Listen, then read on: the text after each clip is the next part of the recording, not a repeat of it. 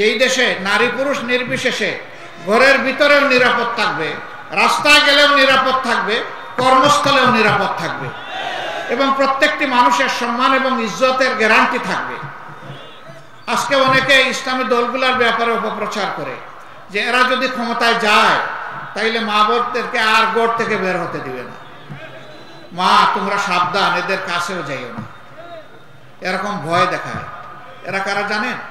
ওই দুশ্চরিত্রবান যারা আমাদের মায়েদের নিয়ে তামসা করে, তারা এই কথাগুলো বেশি বলে। আমরা মায়ের জাতিকে আপন মায়ের মতো দেখতে চাই। দুনিয়ায় দুইজন মানুষ ছাড়া সমস্ত মানুষ এসেছে মায়ের পেট দিয়ে, হযরতে আদম আলাইহিস সালাম এবং হযরতে হাওয়া আলাইহিস সালাম। বাকি আমরা সবাই দুনিয়ায় এসেছি মায়ের পেট দিয়ে। সেই মাদেরকে আমরা শ্রদ্ধার আসনে রাখতে চাই। সম্মানিত ভাইয়েরা, অর্থনীতি ফুকলা, ব্যাংক, বিমা সেক্টর, কর্পোরেশন সব ডাকাতি করে উদাও করে ফেলা হয়েছে।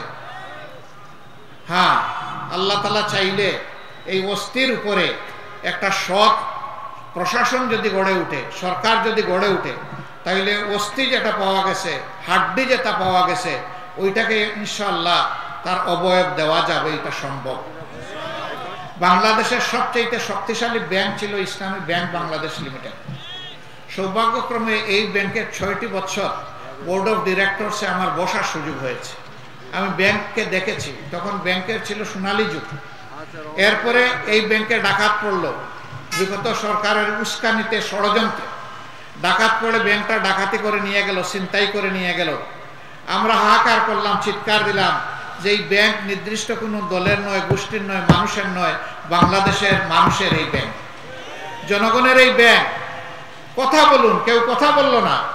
ডাকাত একদিন ডাকাতি করে ব্যাংকটা ফুকলা করে ফেললো, একটা সুশব্দ নাই। এখন 5 তারিখের পরিবর্তনের পরে একদর অস্ত্র হাতে নিয়ে সেই ব্যাংক দখল করতে গেল।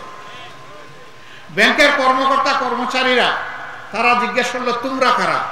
বললো যে আমরা এখন ব্যাংকের দায়িত্ব নিতে চাই, তোমাদেরকে কে পাঠিয়েছে? তখন আর কোনো জবাব দেয় না। বোঝা গেল যে এরা ডাকাতের বেশে, নতুন ডাকাত, আবার সেখানে গেছে ব্যাংক ডাকাতি করতে। তারা গুলি ছুড়লো, কয়েকজন লোক আহত হলো। শেষ পর্যন্ত ব্যাংকের সৎ এবং ব্যাংক প্রেমিক দায়িত্বশীল কর্মকর্তা কর্মচারীদের প্রতিনিধিদের মুখে তারা পালিয়ে যেতে বাধ্য হয়েছে। এখন কেউ কেউ বলেন এই ব্যাংক অমুক দল তমুক দল দখল করেছে। ব্যাংক দখল করা হয়নি, ব্যাংক তার মায়ের কুলে ফিরে আসবে ইনশাআল্লাহ।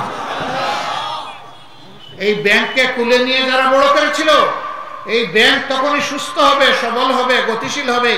বাংলাদেশের অর্থনীতির চাকাকে এই ব্যাংক সামনের দিকে চালিয়ে নিয়ে যাবে যখন সে তার মায়ের কুলে ফিরে আসবে। আমরা তার অপেক্ষায় আছি ইনশাআল্লাহ।